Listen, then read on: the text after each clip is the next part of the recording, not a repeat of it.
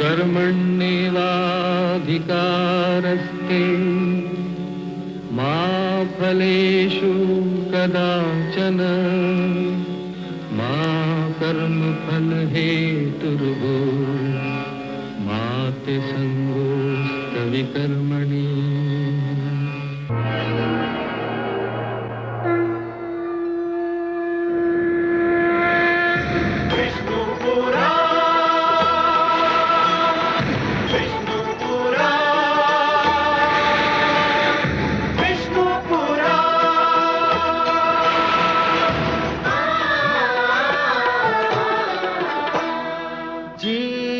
ज्ञान ब्रह्म ज्ञान अथ श्री विष्णु पुराण ओम की कथा महान जय श्री विष्णु पुराण विष्णु पुराण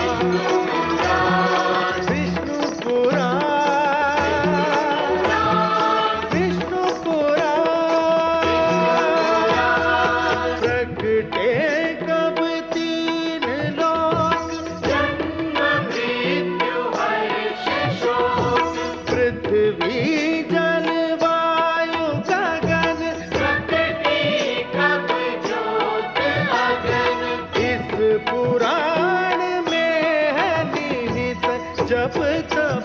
और योग ध्यान विष्णु पुराण विष्णु पुराण विष्णु पुराण। मैं मां हूं, धरती मां। ध्रुव मेरे श्रेष्ठ और प्रिय पुत्रों में से एक है, जिसने मानव समाज को यह संदेश दिया है कि भक्ति के बिना कर्म अधूरा है और कर्म के बिना भक्ति अधूरी है। कर्म में भक्ति का समावेश हो जाए तो भगवान विष्णु को अपने कृपा द्वार खोलते देर नहीं लगती। अटल विश्वास, दृढ़ संकल्प, अटूट निश्चय क्या नहीं कर सकता। ध्रुव के रूप में मुझे मानव शक्ति की पहली झलक देखने को मिली। कितना आश्चर्यजनक है यह सत्य कि एक छोटे से बालक ने भगवान विष्णु को धरती पर आने पर विवश कर दिया। मुझे अनुमान हुआ कि मानव चाहे तो क्या नहीं कर सकता, परंतु क्या भगवान का धरती पर आ जाना ही पर्याप्त है, या उनके धरती पर आने से जो प्रकाश फैलता है उसे अपने मन में समेट लेना भी आवश्यक है। लगता है कि ध्रुव को इतने पर भी संतोष नहीं है। उसे उसका घर, उसका स्थान मिल गया। वो कुछ और भी चाहता है।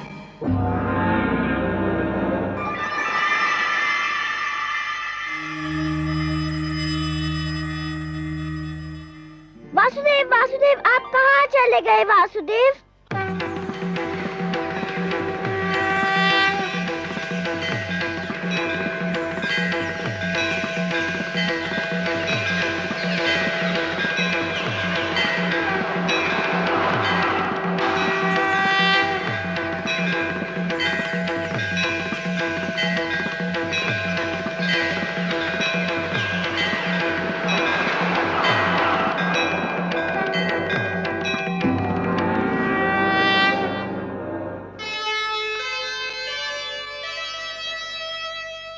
नन्हा सा ध्रुव हो गया, ऐसा भक्त महान,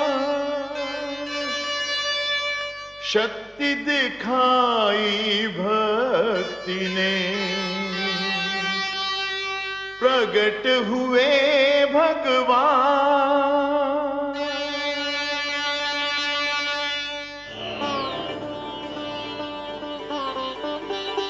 वासुदेव, मैं कहीं नहीं गया वत्स ध्रुव। तुम मुझे अपने सम्मुख देखना चाहते थे ना? तो लो, देखो, मैं तुम्हारे नेत्रों के सामने उपस्थित हूं। तुम विजयी हुए पुत्र। तुमने मुझे जीत लिया। तुम्हारे जैसा तपस्वी न कभी हुआ है और न कभी होगा। तुमने सिद्ध कर दिया कि जीव ब्रह्म का ही एक अंश है और अपनी साधना से ब्रह्म को भी धरती पर ला सकता है।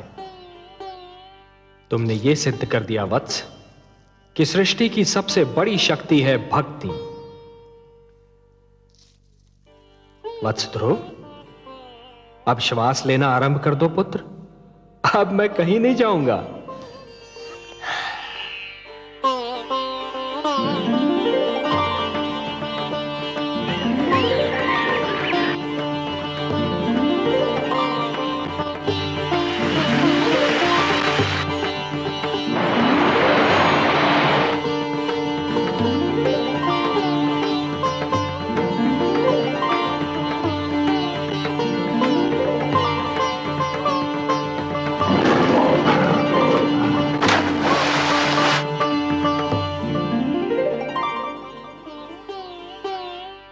तुम मुझसे मिलना चाहते थे, मैंने तुम्हारी इच्छा पूर्ण कर दी।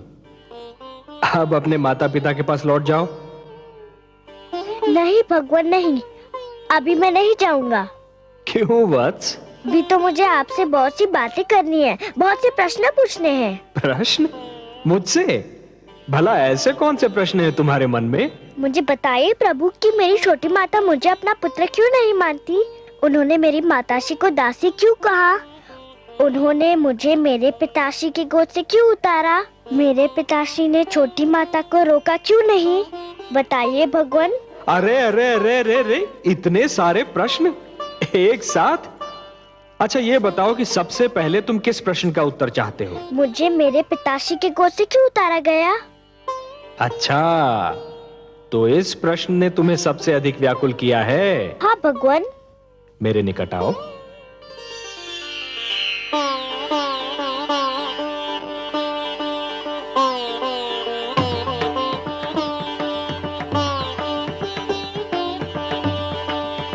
और निकट आओ वत्स। आओ वत्स।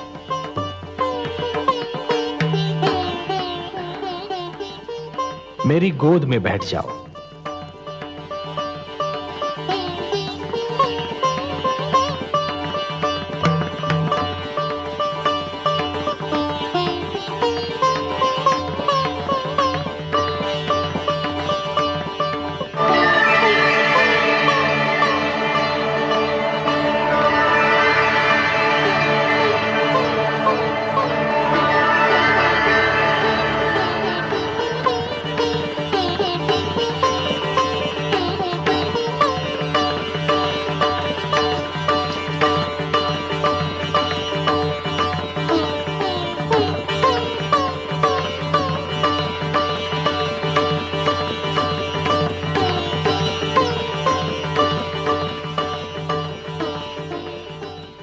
वत्स, अब और प्रश्न पूछने हैं मुझसे? कुछ नहीं पूछना प्रभु, अब कुछ नहीं पूछना। अब तो मुझे हर प्रश्न का उत्तर मिल गया है। मेरे चारों ओर ज्ञान का प्रकाश फैला हुआ है। मैं वहाँ हूँ जहाँ केवल मैं हूँ और आप है। अच्छा वासुदेव। ओम पूर्णमदः पूर्णमिदं पूर्णात् पूर्णमुदच्यते पूर्णस्य पूर्णमादाय पूर्णमेवावशिष्यते। अब ना कोई कामना है ना कोई इच्छा। आपकी गोद में आकर लगता है इसके सिवा हर वस्तु तुच्छ है। अब मुझे कुछ भी नहीं चाहिए। मुझे मेरा ठिकाना मिल गया, मेरा घर मिल गया।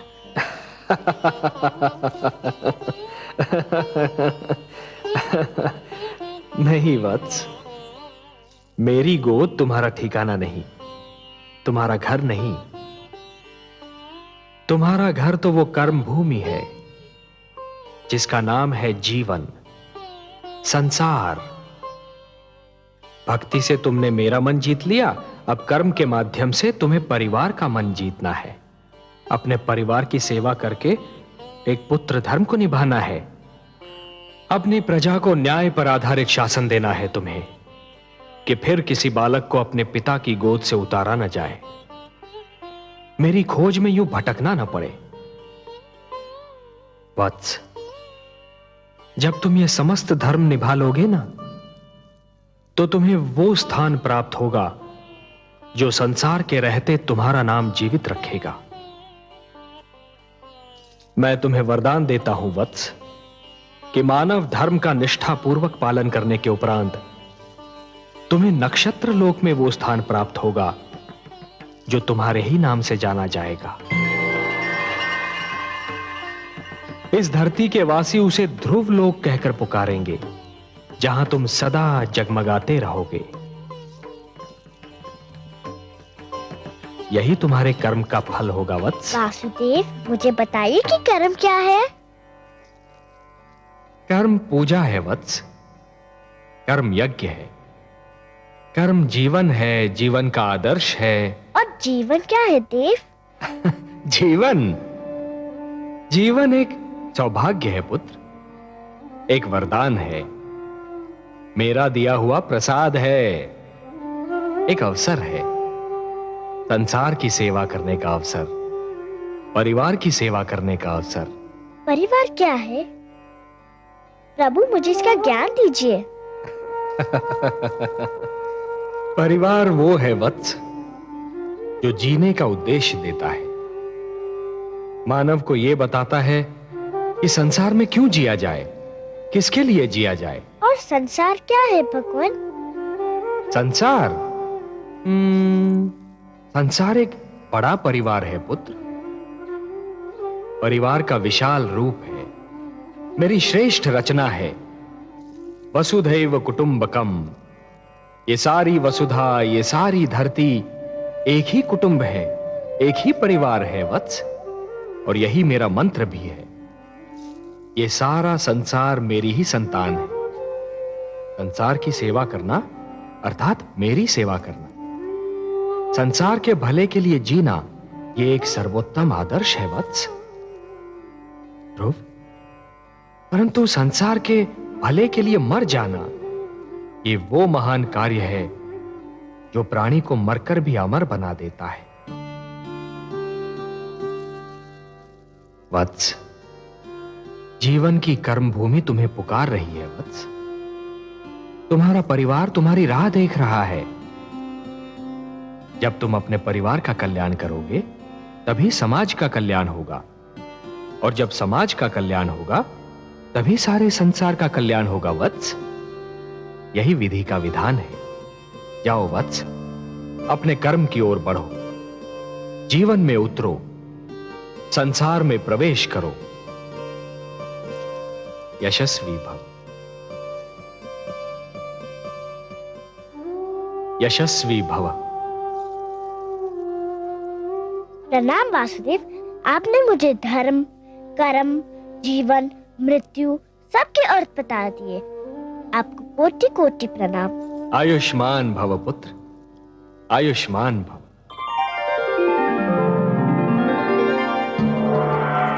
इन्हें तो तुम पहचानते ही हो पुत्र, इनसे तुम कई बार मिल चुके हो। ये विष्णु प्रिया हैं, तुम्हारी माता लक्ष्मी। क्या ये माता? हम आपसे नहीं बोलते। क्यों पुत्र? आप चाहती तो मुझे बहुत पहले भगवान विष्णु की गोद में बिठा देती तो आपका क्या बिगड़ जाता? मेरा कुछ नहीं बिगड़ता पुत्र, पर मैं माता हूं और तुम मेरे पुत्र। हर माता यही चाहती है कि उसका पुत्र महान बने। यदि मैं तुम्हें भगवान विष्णु की गोद में बिठा देती तो तुम वो ना बन पाते जो आज हो। अब तुम एक महान भक्त बन चुके हो। मैं तुम्हारी सहायता करती तो मैं महान कहलाती, तुम्हारी महानता छिपकर रह जाती। मेरे स्वामी का तो यही संकल्प है कि हर मानव का कल्याण हो। मैं भी उन्हीं का संकल्प पूरा कर रही थी। आप महान है माता। मैं समझ गया कि आपने क्या किया और क्यों किया। मैं आपके चरणों में शीश नवाता हूँ। मैं आपका उपकार कभी नहीं भूलूंगा। प्रणाम।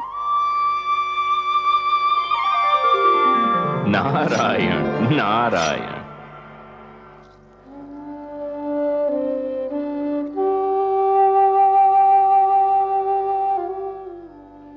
गुरुदेव, देखिए देखिए क्या चमत्कार हो गया। यह भगवान विष्णु है और लक्ष्मी माता। ये सब मुझसे मिलने आए हैं। ये सब आप ही के कारण हुआ, आप ही की कृपा से हुआ।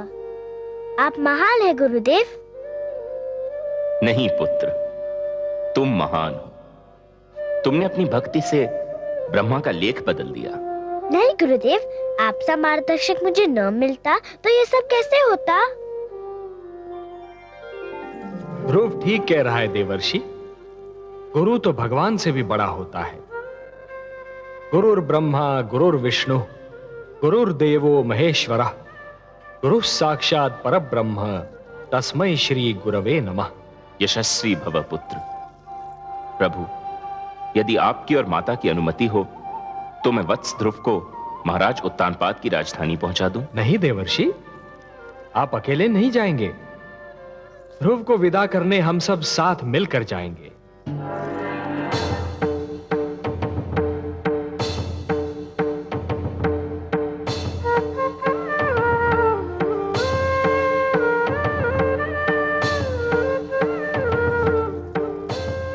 आइए माते।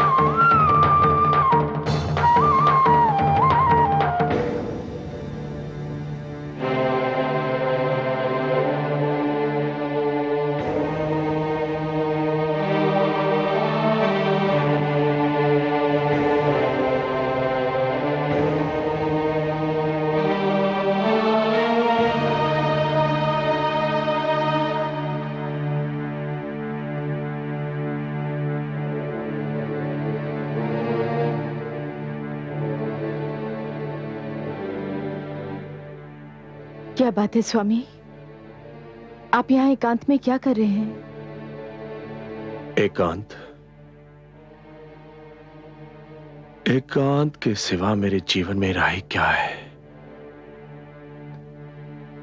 महारानी सुनीति, लोग तो कहते हैं कि एकांत में मन को शांति मिलती है, पर यह एकांत बड़ा निष्ठुर है। मेरा एकांत अपने साथ पुत्र ध्रुव की मधुर स्मृतियों की भीड़ लाता है। इस एकांत का मौन बड़ा ही निर्दयी है। ये चिल्ला चिल्ला कर मुझसे प्रश्न पूछता है जिनके उत्तर मेरे पास नहीं। ये पूछता है कि पुत्र ध्रुव क्यों चला गया, कहां चला गया।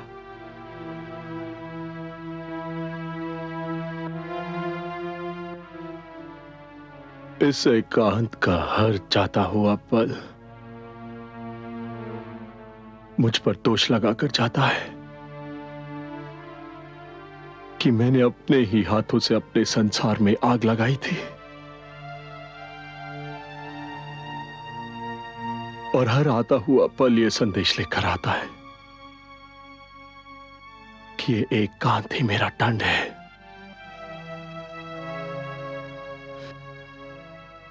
पुत्र ध्रुव के बिना मेरा जीवन अभिशाप बन गया है, और यह अभिशाप मुझे जीवन भर भोगना है, जीवन भर भोगना है।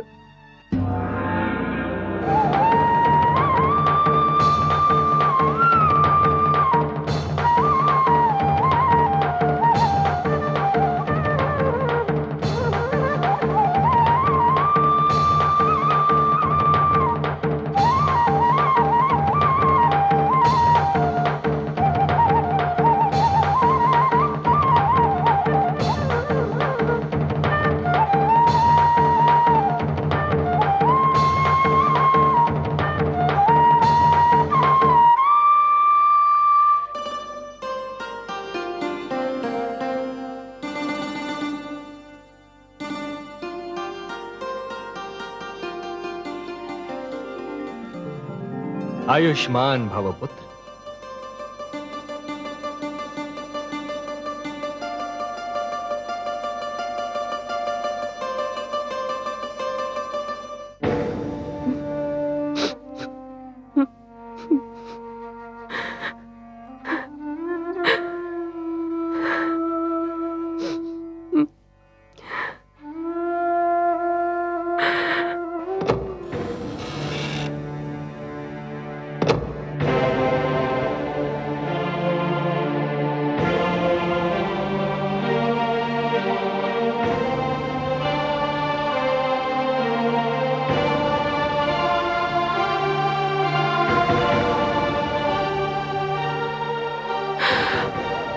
प्रणाम माते।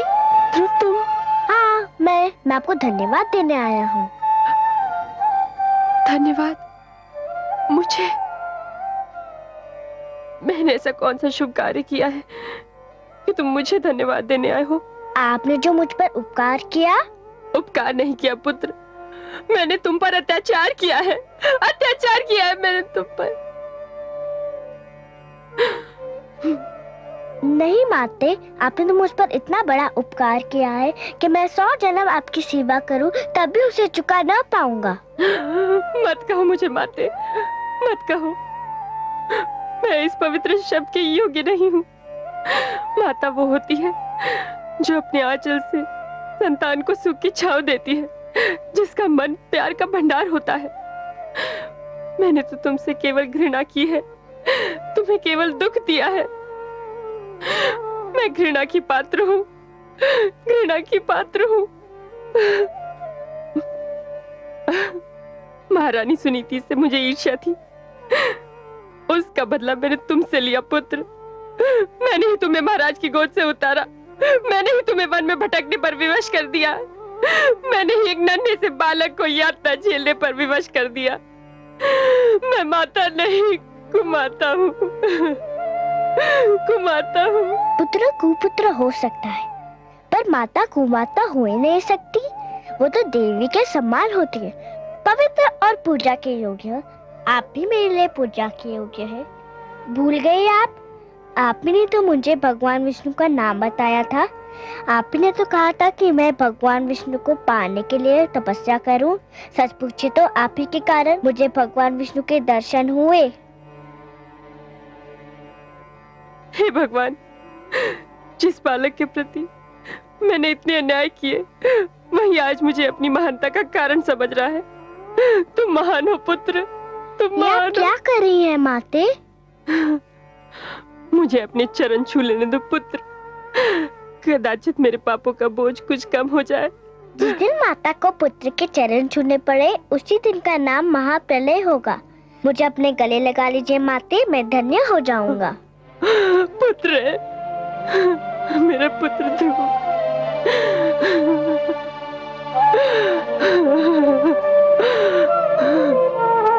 मेरा पुत्र ध्रुव।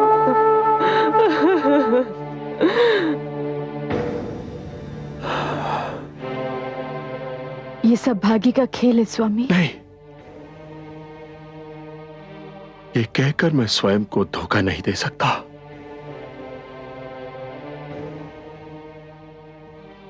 इन तर्कों से मेरे मन को शांति नहीं मिलती। यदि आज मैं पुत्र ध्रुव का मुख देखने को तरस रहा हूं, तो ये भाग्य का खेल नहीं, मेरे कर्मों का दुष्परिणाम है। जो कुछ भी हुआ मेरे ही तो कारण हुआ। मुझे तो लज्जा आती है अपने आप से, अपने इस जीवन से। ऐसा मत कहिए स्वामी, ऐसा मत कहिए। माना आज हमारा जीवन अंधेरी रात्रि है, किंतु रात्रि कोई भी हो, किसी न किसी ढंग से अवश्य ढल जाती है। कब ढलेगी ये रात्रि? कब होगी भोर? क्या सवेरा तब होगा जब नेत्रों की ज्योति मर चुकी होगी, जब प्राणों के दीपक बुझ चुके होंगे। ऐसा नहीं होगा महाराज, दुख के दिन बीत चुके हैं। तुम क्यों आई हो? तुम्हें देखते ही मुझे सब अशुभ घटनाएं याद आ जाती हैं। ये सत्य है महाराज, मैंने आज तक जो भी किया अशुभ ही किया। मैंने कभी आपको कोई शुभ समाचार नहीं दिया, किंतु आज मैं आपको शुभ समाचार सुनाने आई हूं महाराज। तुम और शुभ समाचार? बबूल के वृक्ष पर आम नहीं फलते सुरुचि। महाराज, भगवान विष्णु चाहे तो क्या नहीं हो सकता। ये देखिए। प्रणाम माते, प्रणाम पिताश्री। ध्रुव, मेरे लाल।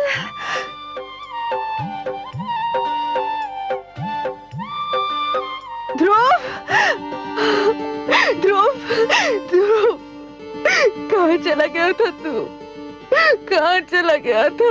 ध्रुव, ध्रुव मेरे पुत्र। आपका लाल महान बन चुका है महारानी। इसे भगवान विष्णु स्वयं दर्शन दे चुके हैं। मेरे छोटे से भगवान, मुझे क्षमा कर दो। किंतु आपको भी किसी को क्षमा कर देना होगा। किसको क्षमा करना होगा? इन्हें, मेरी छोटी माता को। इसे? हाँ, इन्हें। ये न होती तो मुझे भगवान विष्णु के दर्शन कैसे होते? इन्हीं के कारण तो मैं भगवान विष्णु की खोज में निकला था। आओ माते।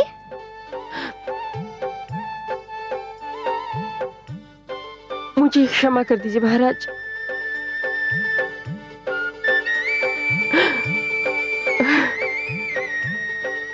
क्या कर रही हो?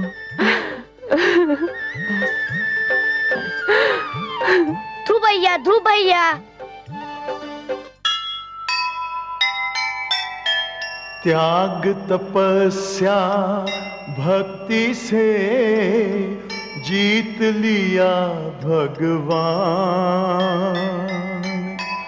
धन्य हुआ संसार सब पाकर भक्त महान। ऐसा था निश्चय अटल, ऐसा था विश्वास। ध्रुव ऐसा तारा बना, चमक उठा आकाश, चमक उठा आकाश।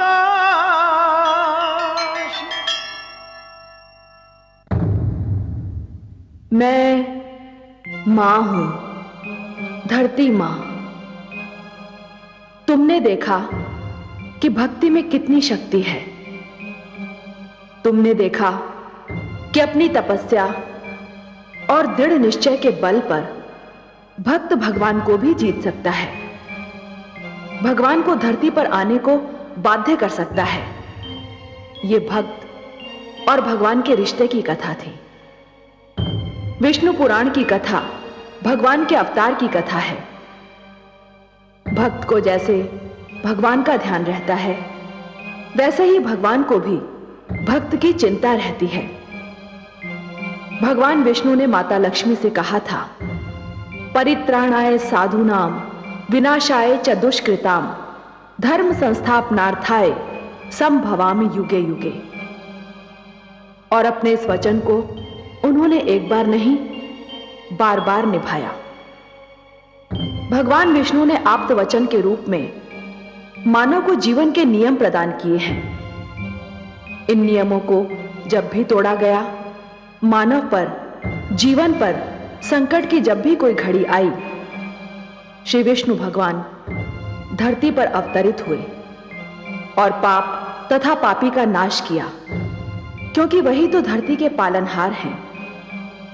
नियम भी तो उन्होंने ही बनाए हैं, फिर वे कैसे सहन कर सकते हैं कि उनके नियमों को तोड़ा जाए।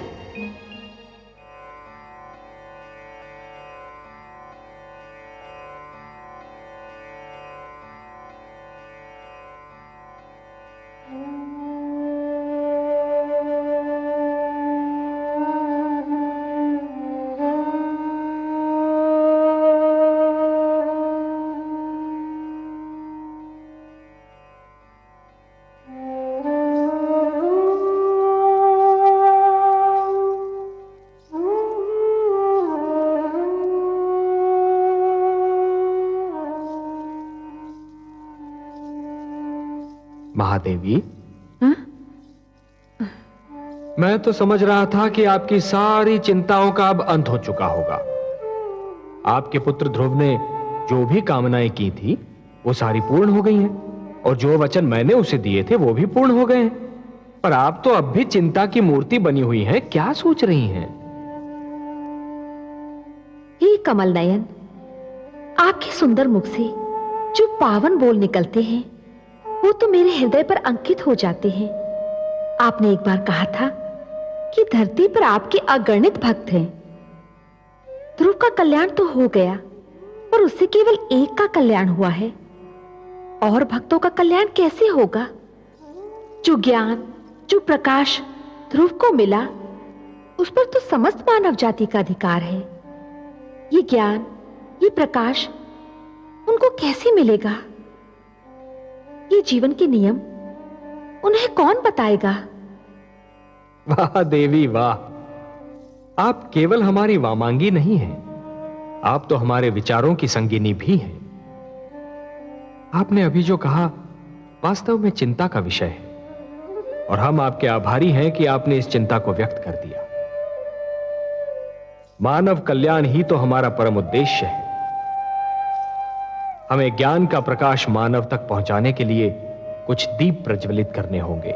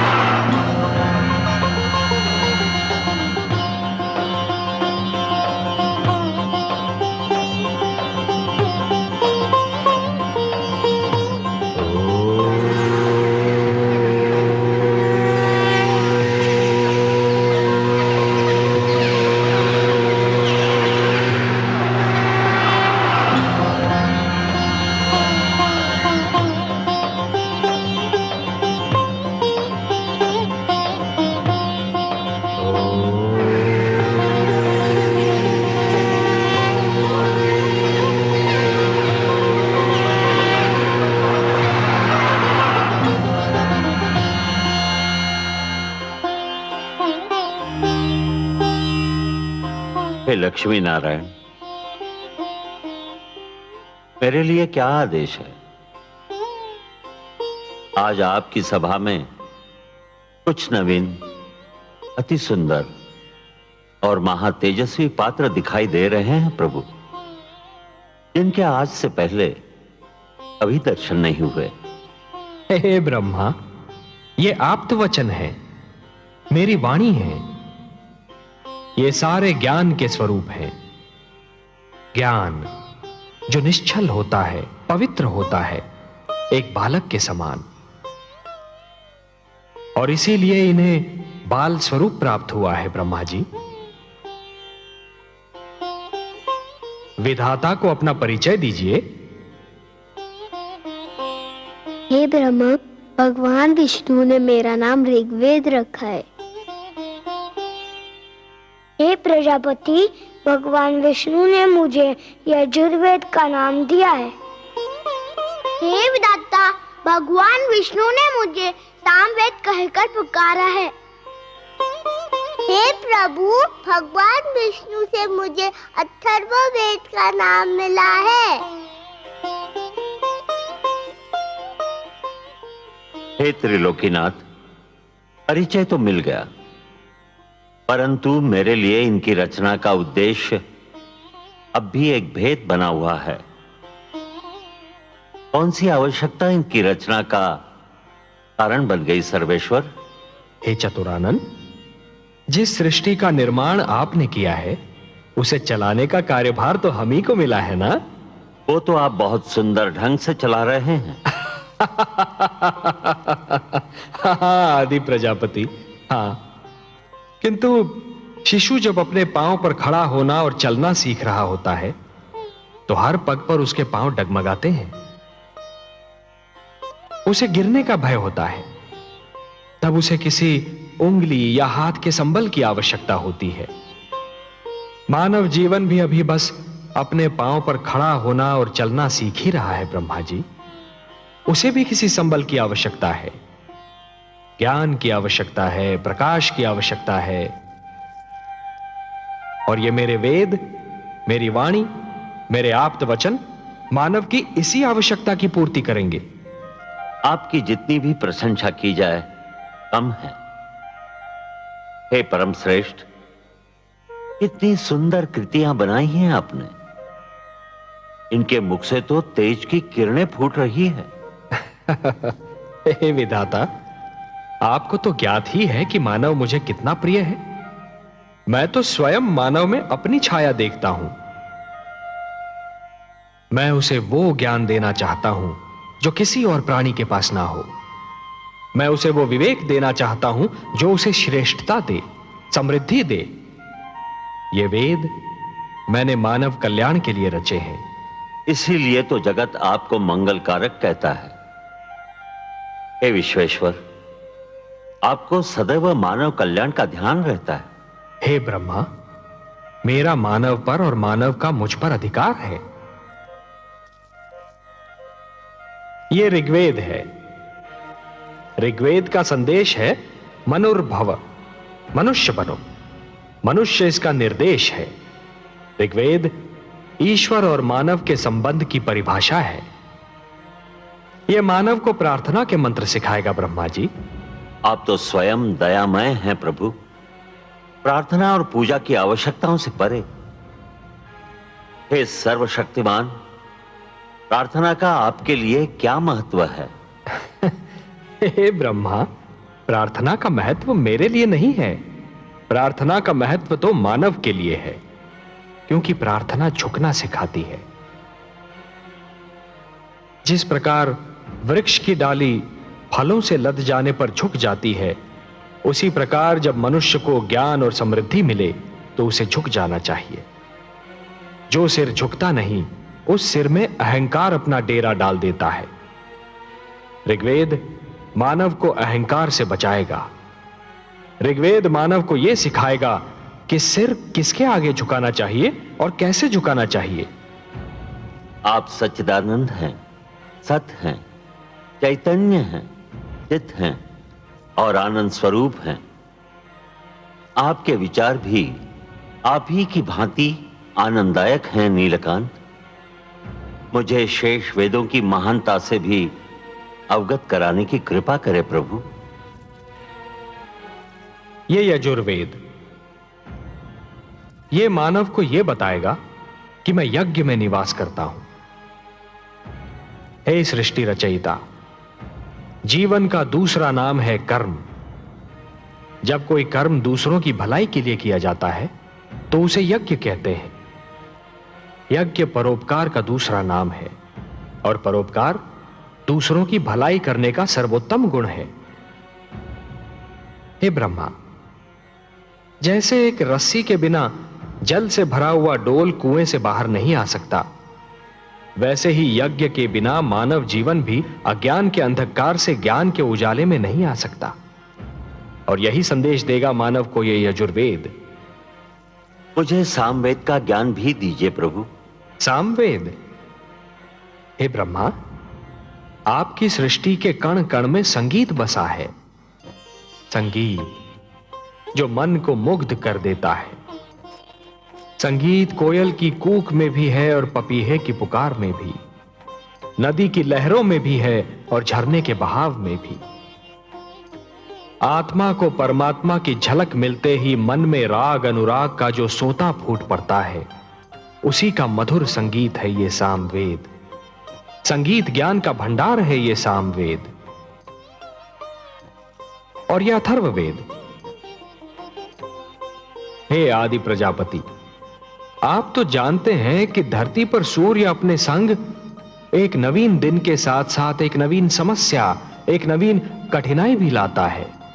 और मानव जीवन की प्रगति के लिए यह आवश्यक भी है कि वह समस्याओं को सुलझाता रहे, कठिनाइयों से लड़ता रहे। यह अथर्ववेद मानव को धरती पर पैर जमाने का पाठ पढ़ाएगा, उसके मन और शरीर को आपत्तियों विपदाओं से बचना सिखाएगा और समस्याओं को सुलझाने का मार्ग दिखाएगा। हे सर्वेश्वर, ये वेद पाकर तो मानव धन्य हो जाएगा, वो श्रेष्ठ हो जाएगा। आप धन्य हैं प्रभु, धन्य हैं। अपने आप्त वचन के रूप में संसार को यह अनुपम भेंट दे रहे हैं। हे ब्रह्मा, यदि मानव ने इन वेदों की रक्षा की तो ये वेद भी मानव की रक्षा करेंगे।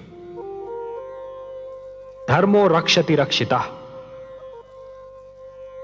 मैं चाहता हूं कि मेरी वाणी को सुरक्षित रूप से आप मानव जाति तक पहुंचा दें। यह कार्य तो आप ही कर सकते हैं ब्रह्मा जी। मैं आपके आदेश का सहर्ष पालन करूंगा सर्वेश्वर। हे ज्ञानकोश, आओ मेरे साथ।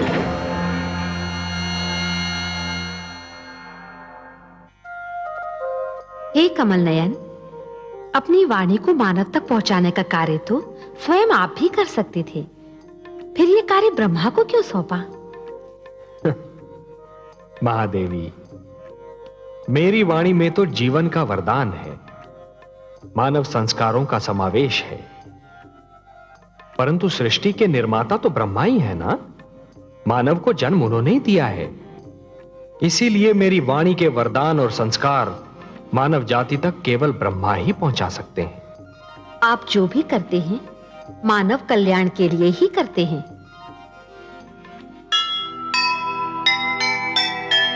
जग है रचना विष्णु की, वे ही हैं करता।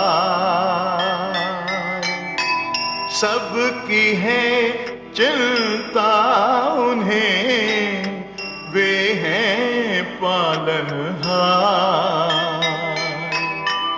मानवता का हो भला, सबका हो कल्याण, इसीलिए संसार को दिया वेद का ज्ञान, दिया वेद का ज्ञान।